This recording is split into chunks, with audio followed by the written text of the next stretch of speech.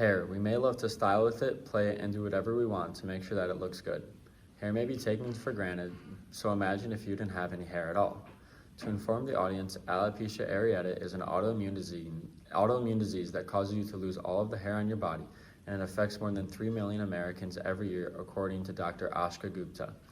My father was diagnosed with alopecia areata when he was born, but it didn't start to affect him until he was 55. Growing up, I had to watch my dad lose his hair and see how it affected his day-to-day activities. Alopecia may affect someone in your family, whether it's genetic or through a multitude of other things. Seeing the early stages of alopecia and catching them may just be able to save a few follicles for a friend. According to the Cleveland Clinic, one of the symptoms of alopecia areata is hair loss. This hair loss can occur on the head, but it can also occur everywhere on the body, depending on what type of alopecia you have. The immune system can attack any follicle of hair, so you never know where it's going to start. A doctor by the name of Stephanie S. Gardner believes that the other symptoms of alopecia can be rapid hair growth and hair loss in the same place, consistently. This will show that the follicles around that portion of the scalp or skin are being attacked by the immune system and are not getting the chance to grow healthy hair. One form of diagnosis may occur through physical examination. If a person notices that they are losing large clumps of hair, this may be a very easy sign to go see a doctor and get their opinion on the matter. Another place that a dermatologist may examine is your fingernails, since hair and fingernails are made of the same material known as keratin. If the fingernails are strong, then the hair should be strong, but if the fingernails are weak, then the hair follicles may be weak due to a lack of keratin. Another form of diagnosis can come through a biopsy. A biopsy may be a rare form of diagnosis, but effective if done properly.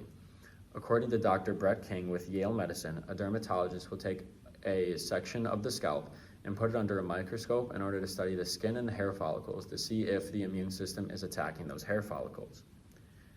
According to the National Institute of Arthritis and Musculoskeletal and Skin Diseases, for many people, hair may grow back without any type of treatment.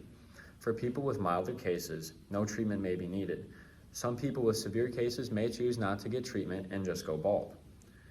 However, they may consider products to conceal the hair loss. An option for this may be a hairpiece or a wig. If someone with alopecia chooses to seek treatment, the doctor may consider the age and extent of hair loss in the patient when making a treatment plan. There are also forms of treatment that can be done by the patient themselves.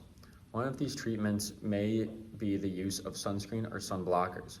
The UV ray that the skin absorbs may damage the hair follicles or infect the skin, not allowing hair growth to grow properly in the right places. The NIAMS also believes that a change in diet may benefit or ruin your chances of growing hair.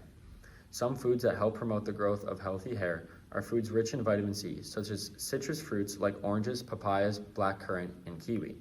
Some foods to avoid would be red meat, such as beef or steak. Alopecia symptoms, diagnoses, and treatments may appear in many different forms depending on the doctor or dermatologist's opinion of the degree of the complication.